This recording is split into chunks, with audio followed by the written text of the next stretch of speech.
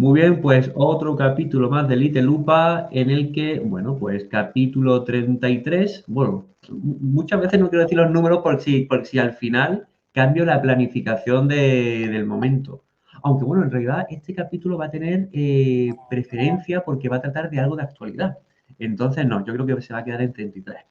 33. El 3 es un número importante porque es la tercera vez que estamos con Clara Rodríguez Valero, compañera editorial, Editorial Valhalla, y bueno, para quien haya cometido el terrible pecado de no haberse visto los anteriores capítulos en los que tú apareces, coméntanos, ¿quién eres tú? Preséntate, para quien no te conozca. Bueno, mi nombre es Clara Rodríguez, soy autora de la editorial Valhalla Ediciones, compañera tuya. Soy una escritora de fantasía histórica. Mi novela se llama Piel de mariposa, se publicó en el año 2021 y hace relativamente poco, disculpa, alcanzó la segunda edición. Entonces, bueno, soy una escritora que se dedica a escribir pues, novelas de fantasía histórica, pero también soy muy aficionada a la historia, a la lectura en general, al cine sobre todo. Entonces, bueno, voy mezclando, ¿no? Géneros. De hecho, uno de los capítulos que tratamos fue eso, el de tu última novela, Piel de mariposa, que se combinaba esa histórica, esa fantasía y tal, y abordamos de eso. Y creo que has mencionado que, claro, en realidad se da a intuir con lo que estás diciendo que a ti te gusta consumir historias. Entonces, el segundo capítulo que tratamos tú y yo, que también recomiendo, fue, bueno, varias obras que se recomendaron. Así que, guay. No sé si quieres comentar algo más para presentarte o no sé si te he cortado en la presentación o... No, para nada, para nada. Vamos al turrón, que aquí hay mucho, mucho que decir. Vamos al turrón, que la gente aún tiene el turrón de Navidad presente, pero vamos a otra cosa que también despierta, pues bueno, emociones, por así decirlo, ¿no? El tema de la histórica, el tema bueno, voy a poner en contexto. Últimamente, pues han habido como dos obras, en esta ocasión no nos vamos a centrar en la literatura, nos consideramos, como decía yo, en mi canal de YouTube anterior, bueno, se llamaba Canal Iscu Literario y luego Carlos Jiménez Cuesta, creadores de todo tipo, porque al final de cuentas nosotros somos escritores y la escritura es ese formato, pero también disfrutamos del tema audiovisual, de las series, de las películas, ¿no?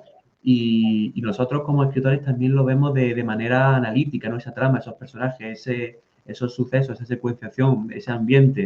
Pero claro, si además sabes de historia, y lo que estás viendo es no sé, Napoleón, por ejemplo, que va a ser lo primero que vamos a comentar, que es un poco polémico por ello, por la veracidad histórica que puede tener o no. Y luego algo menos conocido, pero ya ha sido como la gota que ha colmado el vaso para yo decirle a Clara de hacer esto. Porque, claro, cuando estaba saliendo lo de Napoleón, yo dije, es que en realidad no sé yo si proponérselo otra vez tan pronto. El tema de Napoleón está candente, entonces me interesa, pero no sé. Y lo que ha pasado últimamente es la temporada 2 de What If, del UCM, de Marvel, Sí. que bueno, que ahí parece ser que hay un capítulo que aborda un poquito la leyenda negra de España. Entonces, bueno, ya son dos cosas y esta ha sido la gota que colma el vaso y he dicho, venga, pues se lo voy a proponer. Y aquí estamos, vamos a hablar de Napoleón y vamos a hablar de un poquito de ese capítulo en concreto, sin ahondar mucho en el spoiler y si vamos al spoiler, pues se comentará para Sí. que, bueno, te dirá, mira, salta un capítulo, salta un minuto más allá o salta 15 segundos más adelante. Pero bueno, el caso es que, bueno, tú, Clara, y voy a la primera pregunta ya, ¿estas cosas pasan habitualmente? Porque entiendo que tanto en Napoleón como en el What If se ha cambiado la historia, se han cambiado los sucesos que realmente están demostrados que sucedieron. ¿Y Sí. esto ocurre realmente? ¿Mucho? ¿Frecuentemente? Esto ocurre mucho, pero esto es una cosa que sabes si eres aficionado o aficionada a la historia, no hace falta ser experto. Pero esto Mm, se ha hecho toda la vida, porque para eso está la ficción, ¿no? Para cambiar las cosas históricas que sean necesarias para que la obra quede mejor. Tú, como autor o como autora, hagas una película, una serie o un libro, lo que quieres es que tu producto sea lo mejor posible. Y si ese hecho en la historia no ocurrió como quieres que pase en la historia, como crees que debería pasar en la historia para que sea mejor, pues lo cambias y punto. Es decir, si la historia es aburrida, pues tú la cambias los hechos que sean necesarios para que sea entretenida en una novela de ficción o en una serie, en una película. Eso es totalmente lícito y nadie puede decir que es mala una película histórica o es mala una novela histórica solo porque no es fiel a la historia. No, es que... Y esto es una cosa creo que sinceramente el debate está muy agotado en ese aspecto, ¿no? ¿Qué es lo que ocurre? Porque aquí hay un matiz muy importante. ¿Qué ocurre cuando modificas la historia, pero con un objetivo que es ilícito? O sea, ¿por qué los estadounidenses, dando ya en el turrón, tienen la tendencia de hacer películas que tiendan a glorificar a sus héroes patrios, a sus episodios históricos y, por otro lado, tiendan a tachar de enemigos, de villanos, a los que históricamente han sido sus enemigos, ¿no? Tanto en Europa como en el resto del mundo, ¿no? Es verdad que los americanos, los estadounidenses, han hecho películas en las que ellos han reconocido sus errores, ¿no? Por ejemplo, actualmente la mayor parte de películas de nativos americanos que se hacen son un reconocimiento de que ellos lo hicieron mal. Y uno de los ejemplos, uno de los mejores ejemplos es Asesinos de la Luna, de Martin Scorsese, que, vamos, estrenado hace poquísimo, que es una crítica a lo que le hicieron los estadounidenses a la tribu Osage. Pero eso no quita que siempre quieran poner a sus enemigos históricos como los malos siempre, sin respetar la historia y cometiendo auténticas aberraciones, incluso sacrificando la calidad de la película solo para ponernos a nosotros como los malos, ¿no? Entonces, eso da muchísima rabia. Que incluso sacrificar la calidad de la película, en cierta parte, un poco de falta de originalidad, en cierto punto. Es decir, tú puedes hacer tus triquiñuelas mal hechas, ¿no? A nivel de engañar sobre la historia, pero bueno, con la debida originalidad y creatividad, luego te debería de salir bien si montas bien las piezas, es decir, simplemente colocar las cosas. Es decir, que juegan con lo que es la historia en este caso, pero también podrían hacerlo incluso, no sé, si lo juegan, pues que sigan manteniendo ese nivel atencional de intensidad en la trama, o que sigan las reglas propuestas dentro de que se comentaron al principio de la película, que si son incompatibles, pues que se modifiquen un poco para que todo tenga sentido. Es decir, que dentro del buen guionista, en este caso, debería de incluso quedar eso bien atado. Claro. Entonces, yo lo que estoy entendiendo realmente es que dentro de la ficción histórica, obviamente, se pueden cambiar cosas, no pasa nada, pero la cosa es la falta de valores a la hora de convertir una historia en lo que sería un manifiesto ideológico, ¿no? Por así decirlo. Exacto. Tú Exacto, mismo lo... es el tema. Exactamente.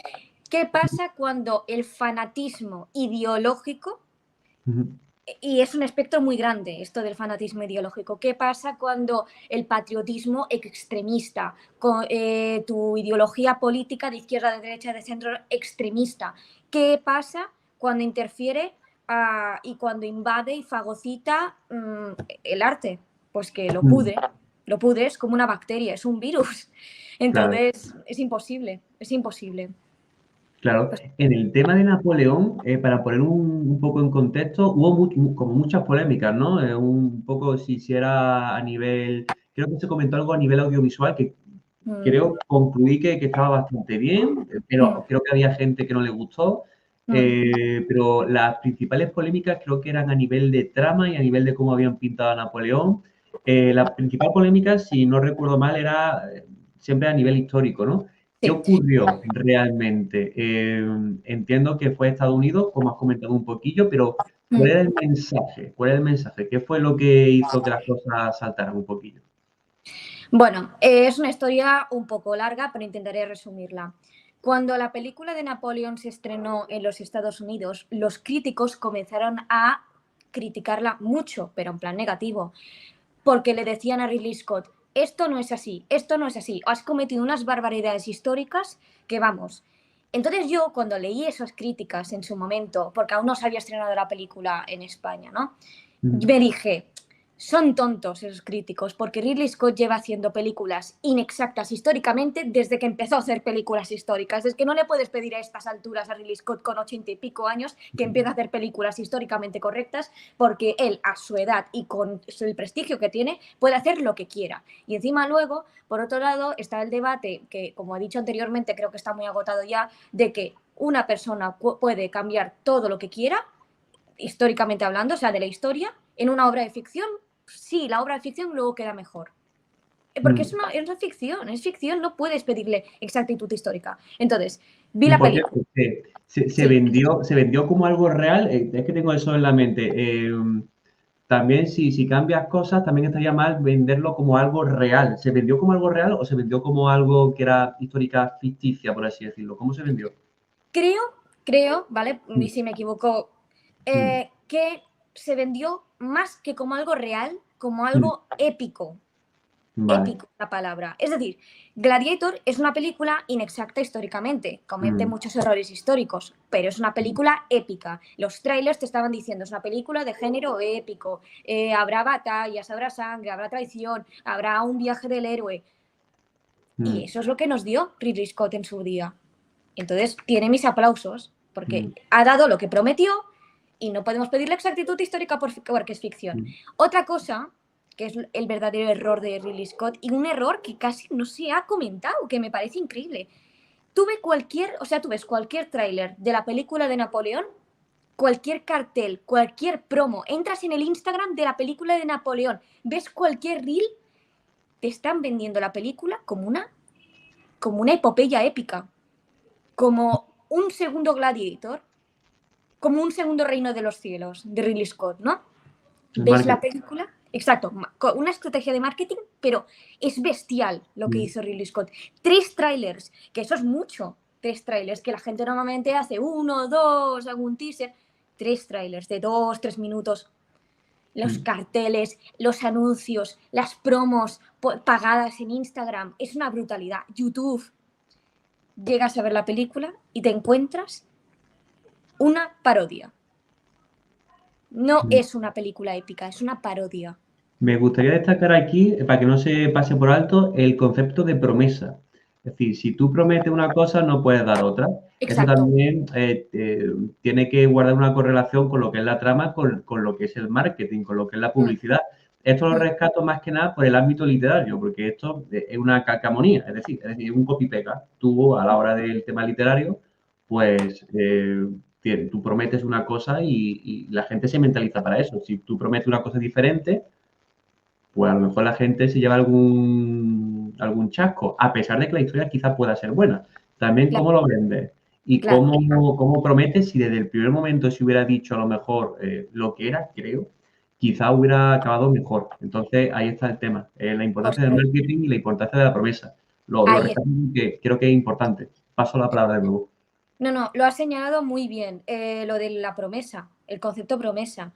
O sea, a mí me puedes vender que la película de Napoleón de Ridley Scott es una película satírica, paródica de su vida. Me parece genial. Yo soy una persona que admira muchísimo la figura de Napoleón. Lo llevo estudiando al personaje desde hace 5 o 6 años.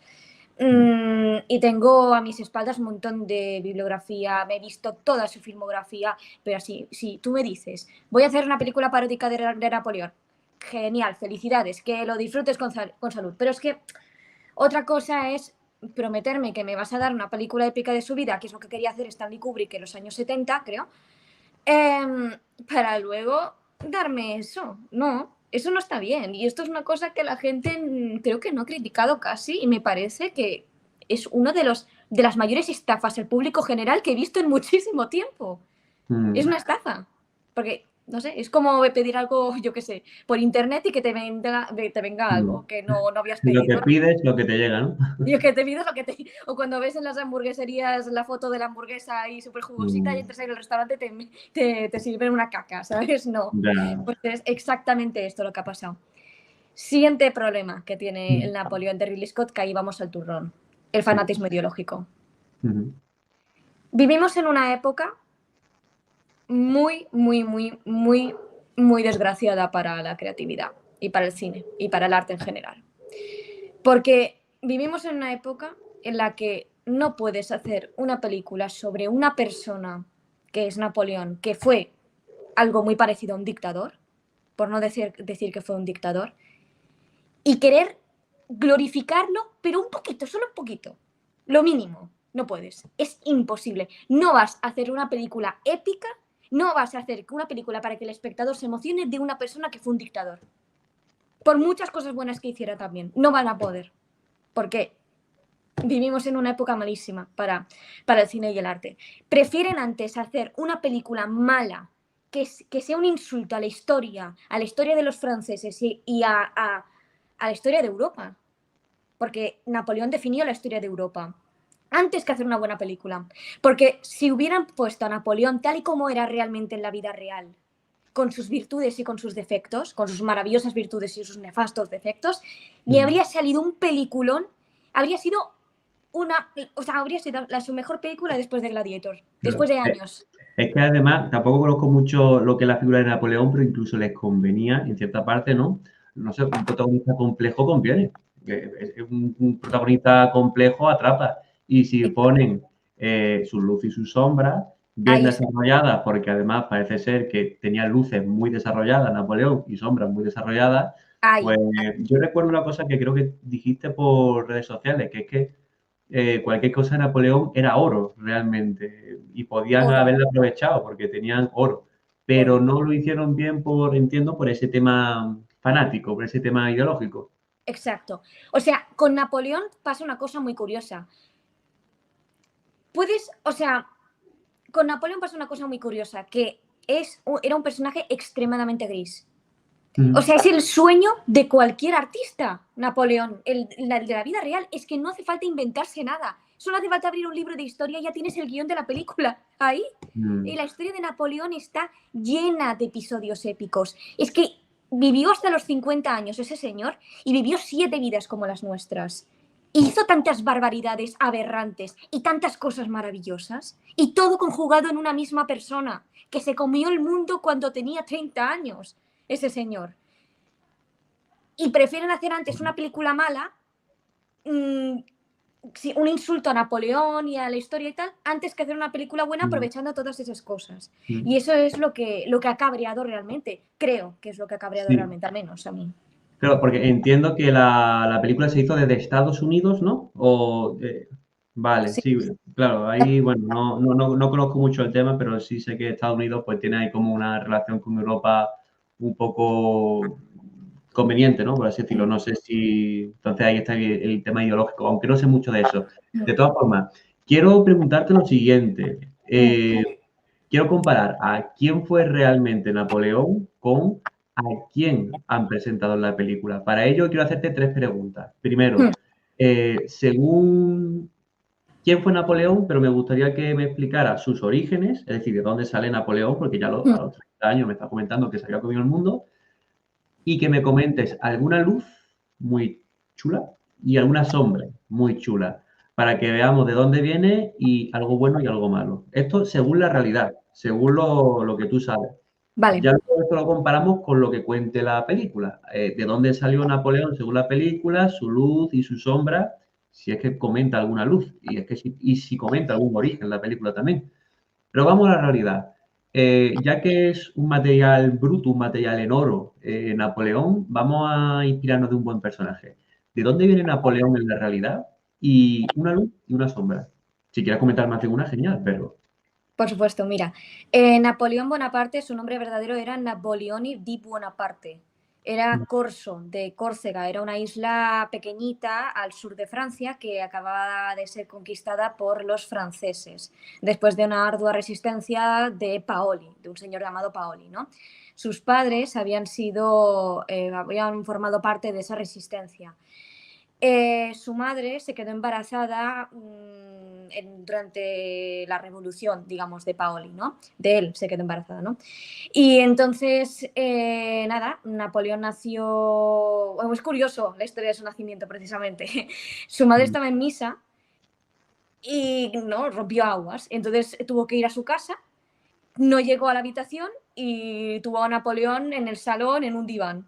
lo tuvo. Entonces, nada, era de Córcega, era un niño muy callado, muy egoísta. Tenemos un prólogo chulo, ¿no? Tenemos ya un prólogo chulo, ya que nació así y ya los primeros capítulos, callado, egoísta, ahí se está mascando ya un personaje bueno, que fue el que acabó siendo. Empezamos Claro, bien. La verdad que sí que he subido un poquito novela, al menos por ahora. claro. Es que está guapísimo. Incluso antes de Sí, su nacimiento es interesante, ¿no? El contexto en el que nació. ya. No, nada, era un niño que le gustaba mucho leer, muchas veces se encerraba en la parte de arriba de las casas, la guardía para leer solo, sus libros de historia, sus cositas. Y entonces a los 9 años, a los 9 o 10 años, no me acuerdo, pues su padre lo mandó a estudiar para hacerse militar con su hermano José, que era más mayor que él. ¿Qué pasa? Que él era corso, orgullosamente corso, era muy rebelde, era muy rudo, era muy cabezota y sobre todo muy patriota, pero no de Francia, de Córcega. Odiaba a los franceses Napoleón cuando era pequeñito, los odiaba a muerte, los mataría a todos. Ojo. ¿Qué Pequeño pasa? dictador. ¿Qué? Pequeño dictador ya desde el principio. Un pequeño dictador. Nada, entonces lo mandaron a estudiar y obviamente pues no era muy social cuando era pequeño. Los otros se burlaban de él porque tenía un acento francés muy malo, porque él creo que hablaba italiano cuando era pequeño, o corso, no Mm, me acuerdo, pero vamos, que no hablaba francés, no tiene ni idea. Y además a él no se le daban bien los idiomas. Se le daba muy bien la historia, se le daba muy bien la geografía, las matemáticas sobre todo, era un geniecillo de las matemáticas, pero no se le daba bien el latín, las asignaturas más de lengua y tal, no se le daban tan bien. De mm, todas formas, por ejemplo, a nivel de filosofía y tal, pues se leyó los contemporáneos filosóficos de aquella época, incluso clásicos. O sea, era una persona muy culta, tanto mm. cuando era más joven como en la vida adulta, ¿no? Pero eso no significaba que se le daba bien el mundo literario, ¿no? Digamos. Me resulta muy curioso que no era una persona muy social, por lo que estás No. comentando. Y un buen líder se supone que mueve a las masas. Entonces, y encima el niño este, en esta época, se encerraba en su teoría, ¿no? En los libros, en las cosas. Sí. Entonces, bueno, también ya existen líderes de ese tipo, pero sigue ya chocando como personaje. Está bastante guay. Mm. Sí, no, a ver, es muy curioso, ¿no? A ver, porque digamos que él era muy inteligente. Eso no sé si lo he destacado, pero desde pequeñito se notaba que era Mm, súper inteligente. Los profesores lo decían, que este niño prometía mucho y que había que apoyarlo muchísimo. Entonces era tan inteligente que creo que consiguió ganarse a las masas porque él sabía amoldarse a la personalidad de esa persona con la que estaba hablando, ¿no? Se amoldaba a sus soldados rasos, se amoldaba a sus mariscales, se amoldaba a su mujer, se amoldaba a su madre. Era como una persona que cambiaba, seguía siendo él, pero el sabía esquema. manipular muy bien. Sí, Sabía sí. manipularse. Entonces, Uno, por ejemplo, no se comporta igual con su familia que con sus amigos que en el trabajo, porque cambia el esquema social, ¿no? Eso también enriquece para los escritores que estamos aquí presentes, por ejemplo, hay también de espectadores, eso también enriquece un personaje. Pero si tú en realidad también eres tan camaleónico, ¿no? Por así decirlo, que te adapta a cualquier tipo de situación, eso sí en realidad te da un componente muy pro, por así decirlo, ¿no? Muy chulo, exacto. muy camaleónico. Sí, sí, sí, sí, totalmente. Entonces, claro, esta combinación es una combinación Molotov, ¿para qué? Para reventar y acabar comiéndose el mundo, como he dicho antes, ¿no? Mm. Este es el Napoleón, en los orígenes de Napoleón en la vida real. ¿Qué te Ujú. ponen en la película? Esto es lo que querías comparar, ¿no? Bueno, pues Sí. en la película no se nombra en ningún momento de que es corso. Yo creo que no se nombra en ningún momento. Y si se nombra es Mm. su madre aparece, pero aparece como una especie de Celestina de él, cuando su madre, que es una de las personas más importantes de su vida, de Napoleón, era una mujer con una actitud y tenía mucho carácter la mujer, mucho carácter. De hecho, yo creo que Napoleón sacó tanto carácter de ella, lo heredó de ella biológicamente, ¿no? Mm. Era una mujer muy flexible. Bueno, Napoleón en aquella época ya sabes que era una época muy machista, ¿no? Pero Napoleón decía que era un hombre en el cuerpo de una mujer. La admiraba muchísimo. Entonces, has dicho que la madre era inflexible, ¿no? Era una persona muy severa, que quería a Claro, sus hijos, ¿eh? Yo no lo digo, pero era una persona sí. muy estricta, muy severa. Sí, muchas veces, aunque no estemos súper 100%, es decir, que al final no es decir, el Little Loop al final no es de un lugar en el que te puedas documentar de historia, simplemente para eso. Entonces, si tenemos alguna equivocación o cualquier cosa, de todas formas, en el caso del que sea, igualmente tú has estudiado de Napoleón un puñado de años, pero bueno, de todas formas, me ha resultado muy curioso el tema de que la madre sea tan inflexible, porque eso quizá pueda servir hasta de entrenamiento para que el otro se vuelva flexible. Ahí Entonces, está, ahí claro, está. eso, bueno, relación entre personajes, evolución entre personajes, todo ello. ¿No es? Es que ya estamos extrayendo Mm, la chicha y el oro que podría haber mm. aprovechado Ridley Scott. Es que no ha hecho. Podría Vale. haber hecho hasta una bilogía o trilogía, ¿no? Porque si explicas bien ¡Buf! sus orígenes, ahí la puedes liar pardísima de guay, que te puede salir una chulería, primer capítulo, Napoleón, los orígenes. Oh, bestial. Eso ya podría ser cultivar la semilla de oro. Y ya en la segunda y tercera película crece el árbol de oro y, bueno, y la tercera pues ya coge el fruto de oro. Ya sería la locura. No, a ver, la trilogía estaría súper bien, pero yo siempre he defendido el formato serie de 8 temporadas, como Juego de Tronos. Puede Siempre ser he también, defendido ese claro. formato porque es el formato que está muy bien la trilogía, eso está muy bien, Mm, porque realmente, bueno, El Señor de los Anillos es un gran ejemplo, ¿no? Contar una historia muy compleja, muy larga, con muchos personajes, en formato trilogía, si eres un gran mm, guionista puedes hacerlo perfectamente y sabes mm, aprovechar el tiempo, ¿no? En cambio, una serie pues te da mucho más tiempo para desarrollar los personajes, para desarrollar las tramas, puedes hacer todas las temporadas que quieras. O sea, no somos los primeros en darnos cuenta de que la historia de Napoleón, la biografía, tiene mucha chicha ya desde el mm, principio. O sea, Abel Gance, precisamente, que fue un director de los años 20, se dio cuenta y hizo una película de 4 o 5 horas en blanco y negro, solo que abarca mm. solo desde la niñez de Napoleón hasta la campaña de Italia, que Hostia. es una cosa, es ínfimo de su biografía, pero es que no le dio tiempo a más, no podía Claro. más y llenó una película de 5 horas. O sea, tú imagínate Bueno. lo que se puede hacer. Sí, sí, brutal. Sí, sí. Mm, Entonces, nada, la madre en la película es inexistente, la influencia de Napoleón, de la madre sobre Napoleón es solo de Celestina o de dependencia emocional, pero no se ve del todo bien, no se aprecia, no se nota. El hermano José, que es muy importante porque José fue un gran confidente, bueno, uno de los mejores confidentes de Napoleón. O sea, era una persona muy leal, muy buenaza, José Bonaparte, ¿no? A pesar de que tenga muy buena fama muy mala fama, perdón, entre los españoles, José claro. Bonaparte era una persona muy, muy, muy afable, mucho más manipulable, ¿no? Pobrecito que su hermano. Pues eso, José no sale. Eh, el padre que murió, su padre, Carlos Bonaparte, murió de cáncer de estómago cuando él debía tener unos 15 años, era un adolescente Napoleón. Ujú. Ni lo nombran, o sea, es insultante. Ya. Insultante. Y nada, eso, esos son los orígenes Mm, comparados con la película y la biografía, ¿no? mm. Sí, la luz y la sombra así a grandes rasgos, a lo mejor para que no se nos alargue mucho, porque ahora también tenemos el tema de What If, de la Sí. leyenda negra. Mm, Pues mira, una luz que lógicamente Ridley Scott no puso en su película porque nunca va a glorificar a una persona que fue un dictador. No va a poner nada bueno. En fin, una luz fue precisamente su valentía. Pero una valentía y una mentalidad de ilustrada que no se aprecia en la película. O sea, Napoleón era una persona muy ilustrada. Creía firmemente en los valores de la revolución. Él pensaba que se debía llegar alto por meritocracia, no por sangre, que era una cosa que ujú, defienden los revolucionarios, ¿no? Y que defendemos hoy en día. claro. Entonces, él era de hecho, el mariscal Ney, sale en la película, pero muy poquito, era hijo de un tonelero que era la clase baja de la sociedad francesa. Napoleón le vio potencial y dijo, te nombro mariscal. Y se acabó siendo el mariscal Ney el valiente de los valientes, lo llamó Napoleón, porque era Mm, un mariscal enorme a nivel militar, ¿no? Vale, pues eso no lo nombra en la película. Es que ni aparece, o sea, esa mentalidad ilustrada de querer ascender, nada.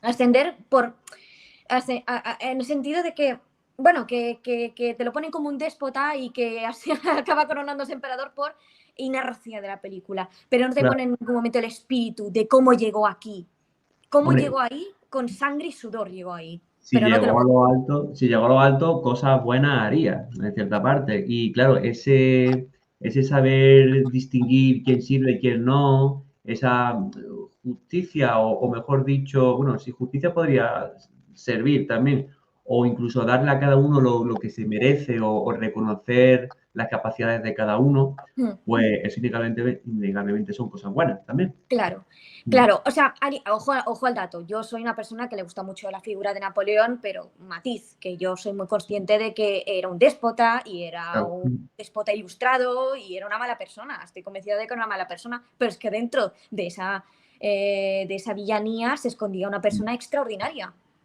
Como una especie, es como estudiar un animal en peligro de extinción. Es lo mismo, lo estudias con una fascinación, es lo mismo, ¿no? Entonces, por otro lado, una última cosa buena. Él, además de abrazar los valores de la revolución, defendió la revolución, porque la revolución francesa y la República Francesa habrían muerto de no ser por él. Estaba en plena decadencia la República Francesa cuando él tomó el poder. Estaba hastiada de corrupción, de inflación. Todas las monarquías europeas se la querían comer con patatas a la Francia postrevolucionaria. La veían débil, el ejército estaba hecho una caca. Llegó él y no solo salvó la Francia del resto de monarquías europeas absolutistas, sino que expandió los valores de la revolución por toda Europa, llegó hasta Rusia. Incluso inspiró a las colonias sudamericanas sudamericanas posteriormente, no después de su muerte, ¿no? Para que se independizaran de España, bla, bla. Pero gracias a él, los valores de la sociedad son los que tenemos, que son los de la Revolución Francesa. Él salvó la Revolución Francesa. Y eso es una cosa que no se reconoce. En la película al final te ponían todas las personas que mató en una lista, y yo pensando, ¡ay, Dios mío! Bueno, hombre, la verdad que es un contraste enorme, claro, porque a fin de cuentas hay una firma de Napoleón en nuestros días. Esto ocurre mucho cuando un territorio que dominas lo extiendes tanto, ¿no? Porque la influencia, la cultura afecta a todo. Y esto pasó con el Imperio Romano, ¿no? Y pasó con todo al final. Entonces, bueno, la firma ha llegado y ese espíritu de rebelión, ¿no? De revolución, ¿no? En realidad es una necesidad social también que tiene, de no conformarse cuando las cosas van mal y que la sociedad sea autónoma y sepa decir por aquí no. Claro, no, por supuesto. Y hablando de revoluciones y de que la sociedad pues se independice del por aquí no, también con sus conquistas lo que hizo Napoleón fue conformar la Europa de las fronteras de hoy en día de Europa. Porque, por ejemplo, España antes era una monarquía absoluta. Estaba Fernando VII y gracias a la invasión napoleónica de España, que yo soy la primera en defender, que hizo unas auténticas atrocidades el ejército francés dentro de España, ¿no? Recuerdo, escuchar que los soldados utilizaban de abrevaderos para caballos de las tumbas de grandes soldados españoles te escandalizas, ¿no? Claro. Vale, pero gracias a eso tenemos el constitucionalismo español, porque nosotros despertamos y nos dimos cuenta de que éramos españoles, no franceses. Entonces, es eso lo que hizo bueno. Es así de simple, ¿no? Me acabo de acordar de algunas historias en las que se necesita en cierta parte un gran villano para que la sociedad tenga una unión o tenga como un motivo para evolucionar y para ser mejor. Entonces, bueno, y ese villano que invade tu casa, bueno, que no existe tampoco ningún personaje negro totalmente, ni blanco totalmente. Y encima este es, bueno, muy gris. Bastante gris por lo que estamos viendo, con muchas cosas. Así que demostrando lo que es la revolución por todo un continente, incluso por más de un continente. No sé si has dicho antes. Sí, bueno, porque inspiró después de su muerte, mucho después de su muerte. Las colonias de Sudamérica españolas se independizaron. Creo que se independizaron. Si aquí hay algún historiador que quiera rebatirlo, lo siento de verdad, porque yo de verdad soy aficionada. No soy Pero eso es lo que hemos dicho antes, que aquí realmente no estamos, es decir, que nosotros no somos licenciados en historia, que esto es simplemente para decir, hostia, qué chulo, me ha gustado esta historia, porque al final Little Lupa es eso. Exacto, sí. No, pues nada, que las colonias de Sudamérica se independizaron poco después de la muerte de Napoleón. ¿Por qué? Porque en parte habían visto lo que podía pasar, ¿no? Primero con Estados Unidos, luego con Francia, luego con España, los mismos españoles que se rebelaron contra el invasor, no sé qué. Entonces, este constitucionalismo, este nacionalismo, este patriotismo hacia el amor hacia tu propio país nació en aquella época y lo impuso la guerra de independencia americana y Napoleón con sus ideales revolucionarios, ¿no? Y por último, bueno, vamos a destacar una sombra que tenía él, Vamos, ¿no? sí. ¿Sí? Sí, vamos con la sombra. Una sombra y luego que no se respetó en la película, ¿no? Digamos. Exactamente, la sombra real y la sombra que te muestra en la peli. Pues tenía una, pero se me ha ido, perdón. Tenía una, pero tengo un lapsus mental ahora mismo y no... De todas formas, está resultando, sinceramente, me está interesando mucho, mucho la charla, tanto así que vamos por el Napoleón y vamos por 35 minutos. Así Sí, que, disculpa. Que... no, pero es que esto es, bueno, lo que se prometió, ¿no? Vamos a esa promesa inicial del episodio, que aquí se promete que Napoleón es oro y efectivamente estamos descubriendo que Napoleón es oro. Vale, creo que tengo algo. Tengo algo, no es lo que iba a decir antes, pero da igual, tengo algo y creo que vas a decir, sí, bueno, esto quizás se puso en la película, pero creo que no se puso en toda su crudeza. Vale, Napoleón era una persona extremadamente cruel y muy vengativa, muy rencorosa. Era una persona que tenía mucha memoria, sobre todo. Si tú le hacías algo, se iba a acordar de ti, aunque hubiesen pasado 40 años. De ti, de tu cara y tu nombre, ¿no? Bien. Pues resulta que cuando fue a Jaffa o a Acre, bueno, porque claro, él estuvo en Egipto, ¿no? La película solo te pone que estuvo en Egipto, pero no te dicen que cruzó a la península arábica y conquistó algunas ciudades de la península arábica, ¿no? Entonces estuvo en Jaffa o en Acre, ¿no? Entonces envió a un soldado para parlamentar con Jaffa o Acre, no me acuerdo. Y entonces ese soldado volvió, pero sin cabeza, volvió el soldado. Esa era la respuesta de los habitantes de la zona. Entonces la decisión que tomó Napoleón fue, sí, venga soldados, haced lo que queréis con esa ciudad.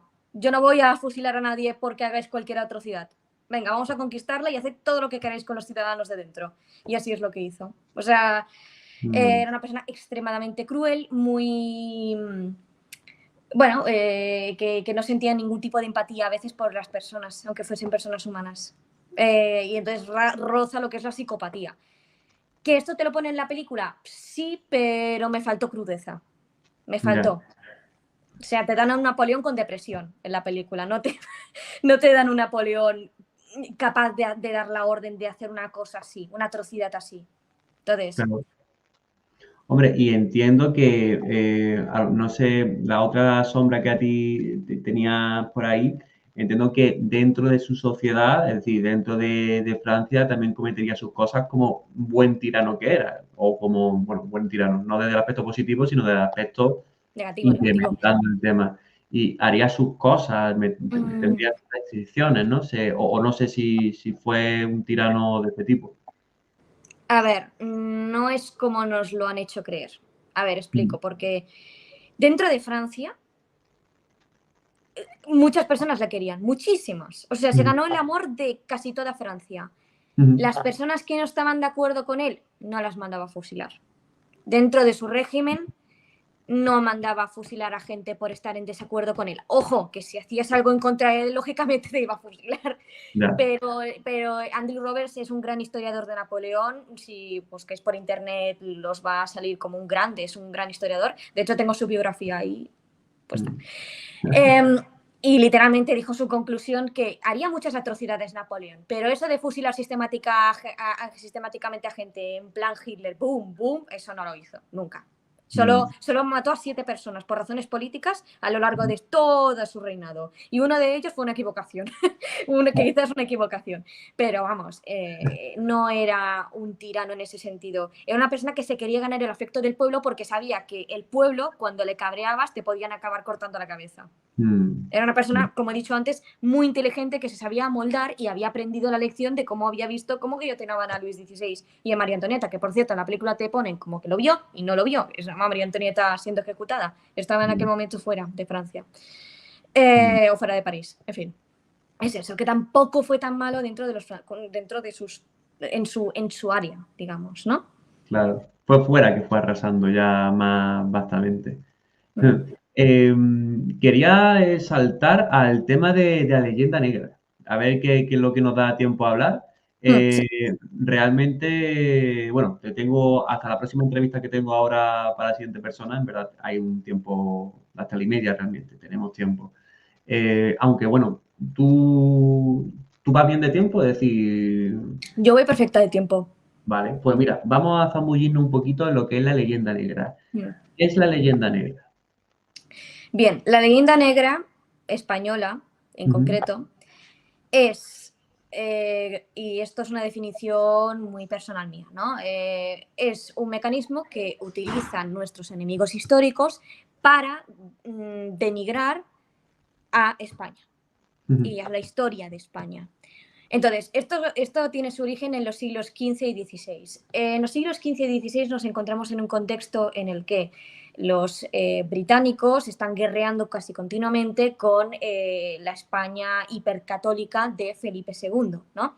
Felipe II había heredado un imperio, o sea, magno, es decir, poco, ¿vale? Entonces, ¿qué pasa? Que los británicos se encontraban en disputa continua, ¿no? Porque además los británicos eran protestantes. Bien, como militarmente contra los españoles podían atacar, no eran unos inútiles, pero tampoco es que diesen grandes resultados, porque también el ejército español en aquella época al menos era de los mejores del mundo, ujú. se les ocurrió atacar no solo a España a nivel militar, sino también con la pluma y el papel. Es Mm, decir, creando una propaganda que desgraciadamente aún en el siglo XXI siguen utilizando esos países que históricamente fueron enemigos de España. Que si Felipe II es un fanático religioso que se come 3 bebés para desayunar, que si la Inquisición española se cargó a no sé cuántos miles de personas no sé, al mes, que si de todos éramos unos incultos, que no habíamos inventado nada en nuestra vida y que tecnológicamente estábamos súper atrasados. Todo eso es leyenda negra, pura y dura. Eso es la mm, leyenda negra. claro. Que mm, Sí, no, ¿querías decir algo? Sí, pues realmente esto viene a cuento de que últimamente, bueno, en What If, la segunda temporada de Marvel, pues ahí ha habido algo de la leyenda negra española. Entonces, bueno, con el tema de Napoleón en realidad lo hemos hecho bastante bien, creo, considero, a nivel de spoiler.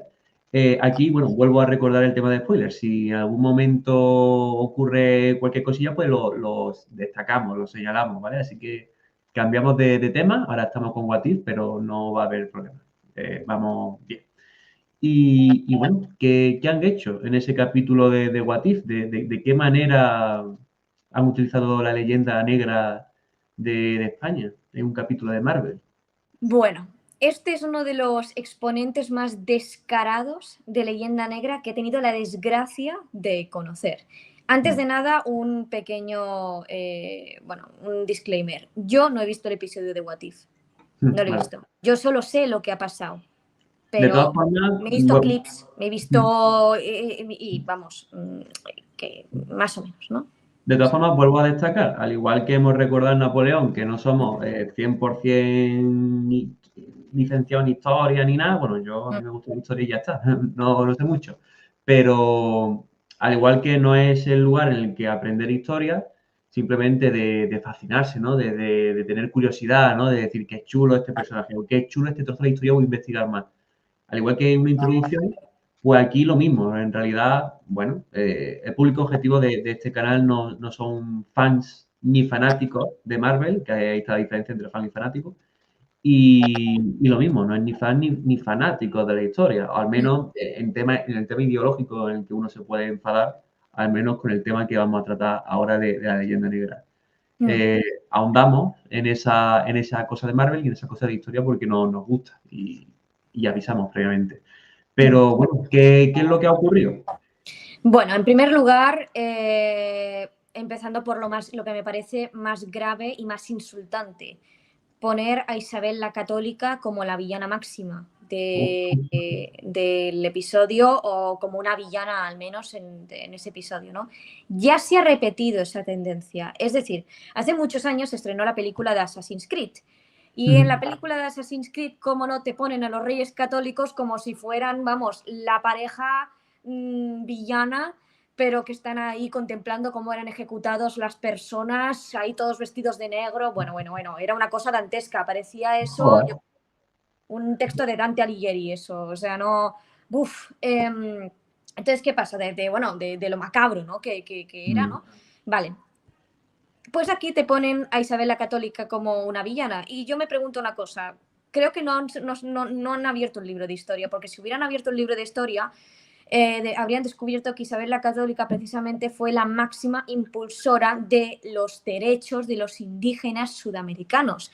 En su testamento dice claramente que los indígenas sudamericanos, o sea, los indígenas que se encontraban los conquistadores españoles, tenían exactamente los mismos derechos que un granjero de la península ibérica, o sea, un granjero de Castilla, por ejemplo, ¿no?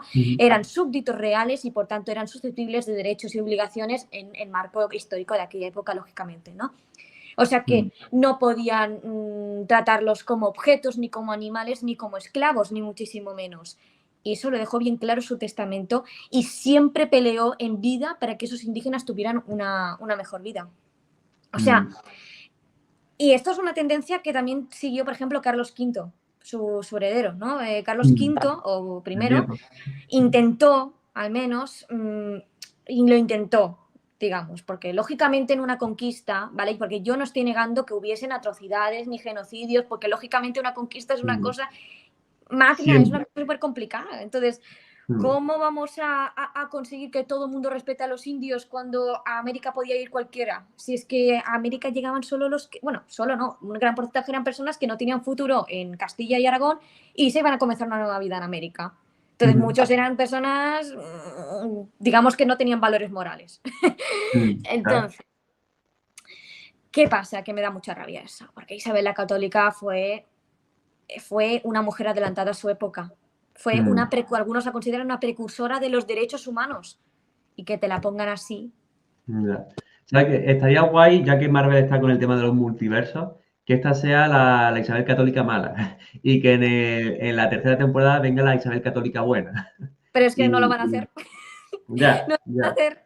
Porque, a ver, todo lo que has dicho es muy interesante, ¿no? Porque la gente decía por comentarios, pero es que no entendéis que esto es un what if, que esto es un universo alternativo, que se están poniendo como los malos porque es un universo alternativo precisamente. Ya, es que precisamente el universo alternativo sería que nos pusieran como los buenos, porque siempre hemos sido los malos según su historia. Ya. Siempre. Es que, joder, si es que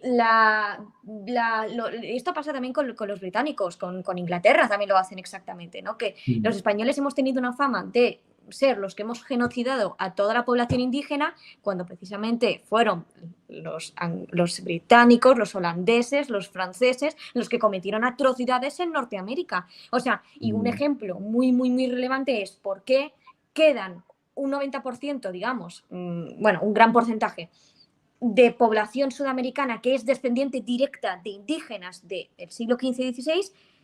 O sea, y en Norteamérica no queda ni un 1% de las tribus nativas, de personas descendientes de esas tribus nativas que habían ahí.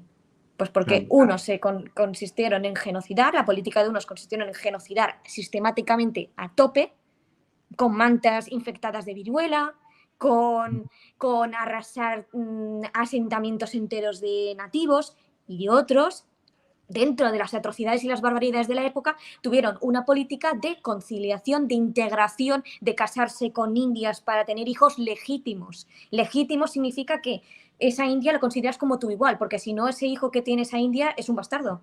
Entonces ese hijo era legítimo y iba a heredar tu título como aristócrata. O sea, Claro, que es otro. realmente estaban los derechos. Claro, por eso lo digo, ¿no? Que no tiene nada que ver una política con la otra. Entonces, que hagan este tipo de series denigrantes para la historia de España, los chinos, pues mira, a mí me da igual, pero que lo hagan precisamente los que cometieron unos genocidios brutales en el siglo XVI-XVII en Norteamérica, a nosotros. Es que, no sé, es eso. Por eso la gente ha estallado, porque es que La cosa es lo que comentamos al principio, ¿no? Del capítulo, ¿no? De que puedes cambiar la historia para que quede guay, pero cuando eso en cierta parte está dominado en cierta parte por esa ideología, que puede estar dominado de manera directa o de manera indirecta. Imagínate que ellos realmente no han tenido eso ni en cuenta. Imagínate que ellos no han abierto un libro de historia, como has comentado, o imagínate que bueno, que han dicho, oye, ¿qué sabemos de esto? Bueno, es decir, que realmente o incluso no tenían quizás un origen ni tuvieron en cuenta que Isabel la Católica iba a ser tan mala, pero a lo mejor le funcionó mejor eso a nivel de trama. Entonces, pero claro, voy al capítulo, voy a la pregunta realmente, ¿cómo tratar bien la histórica? Pues, bueno, hay que tener realmente la documentación, ¿no? Que la documentación no es tan solo información, sino esa ideología, ¿no? Porque al final de cuentas la historia la escriben los vencedores y hay muchos vencedores, cada uno a su manera, muchos perdedores, cada uno en un grado u otro y hay muchas ideas diferentes que han llegado hasta nuestros días. Unos con mucho más fuerza, otros mucho más opacadas y al final cada uno a la hora de documentarse o lo que le suena, pues al final es el más ganador, por así decirlo, ¿no? El más ganador, el más poderoso, por así decirlo. Así que, bueno, ¿cómo tratar con valores la histórica? Pues documentarse para tener información, pero documentarse también para saber realmente si, bueno, es que tú realmente, un creador de historia está dando realmente un mensaje. Y si ese mensaje hace que una cosa equivocada de la sociedad aumente, pues bueno, se puede tener en cuenta. Que realmente no estamos obligados a nada, simplemente no estamos diciendo, no, es que tienes que hacerlo por el lado correcto, simplemente es considerar ese mensaje, esa repercusión. Se Exacto. habla, se habla mucho de que en redes sociales tienes que saber lo que dices, porque a alguien le puede molestar, porque ese Claro. mensaje que está dando un público puede molestar. Pues realmente escribir una novela o escribir una historia en cualquier formato es lo mismo, porque no deja de dar un mensaje que van a leer otras personas y eso igualmente puede molestar. No es un mensaje de, no sé, me lo invento, 120 caracteres, es un Claro. mensaje de un puñado de palabras. Pero bueno, realmente esta es mi conclusión, para que no se nos alargue un poquillo más, pero vaya, estaría bastante más hablando contigo porque realmente hemos tratado mucho Napoleón y de la leyenda negra es que se puede sacar bastante seguro, porque lo llevo escuchando desde hace Mucho. un montón de tiempo. Mucho, mucho. O sea, exponentes de glorificación de la historia estadounidense por parte de los estadounidenses y luego omisión, que la omisión también creo que es parte de la leyenda negra, porque nos están diciendo, fuisteis irrelevantes. Omisión o directamente insulto o, bueno, denigración de nuestra historia, hay un montón. Que volvemos a repetir, que esto lo has dicho muy bien, que si sirve mejor Isabel la Católica como villana para la historia, genial, pero es que llega un punto en el que, como siempre Isabel es la mala, siempre los españoles somos los malos, siempre, entonces llega un punto en que cansa, porque no siempre puede servir, ¿no?, que seamos los malos. Y por otro lado, hay que intentar que el fanatismo ideológico, porque tú puedes ser muy fanático de tu país y de tu ideología o de lo que quieras, pero no debe interferir con una buena película, una buena serie, una buena novela, porque si sacrificas esa calidad por tu fanatismo ideológico, las fastidio. Esa es Claro. la verdad. Entonces, Vale. Bueno, pues nada, insisto, me quedaría mucho más tiempo hablando porque es que Napoleón da para horas y What If, bueno, concretamente la leyenda negra, da para horas. Y el perro está diciendo basta ya. Así que el perro está venido diciendo mi perrito. basta ya que, bueno, que yo creo que ha quedado el capítulo, no sé si el primero más largo o el segundo más largo de Literatura. Así que bueno, cualquier otra cosa de histórica o cualquier otra cosa de cualquier, bueno, que Literatura es un caso, ¿vale? Cualquier ocurrencia que se te ocurra que me la quieras poner en el futuro, pues que sepas que nos quedamos cita para ello. Perfecto. Y nada, con ello nos despedimos. Te dejo el último turno ya para hablar lo que sea y concluimos con ello. Pues nada, un placer como siempre, Carlos. Estoy encantada de hablar en este podcast. La verdad es que disfruto mucho nuestras charlas. Y nada, ha sido un placer hablar de estos temas tan interesantes porque tanto la película de Napoleón como el episodio de What If guardan estrecha relación con, bueno, con movimientos ideológicos actuales. Entonces me parecen muy, muy interesantes estos temas. Y nada, me agradezco mucho que me hayas dado la oportunidad de hablarlo aquí en público, realmente. Yo encantado. Cuando lo vi por redes sociales, insisto, Napoleón, luego la leyenda negra, y dije, ya esto hay que hablarlo. Así que nada. Nada, ha quedado un buen capítulo y agradecido de la charla. Y bueno, yo creo que el público que tengamos cuando esto se suba, pues también estará agradecido. Así que nada, agradecértelo a ti, agradecerle al público que ha llegado hasta este punto. Y nada, que quedamos citados para más episodios. Hasta luego.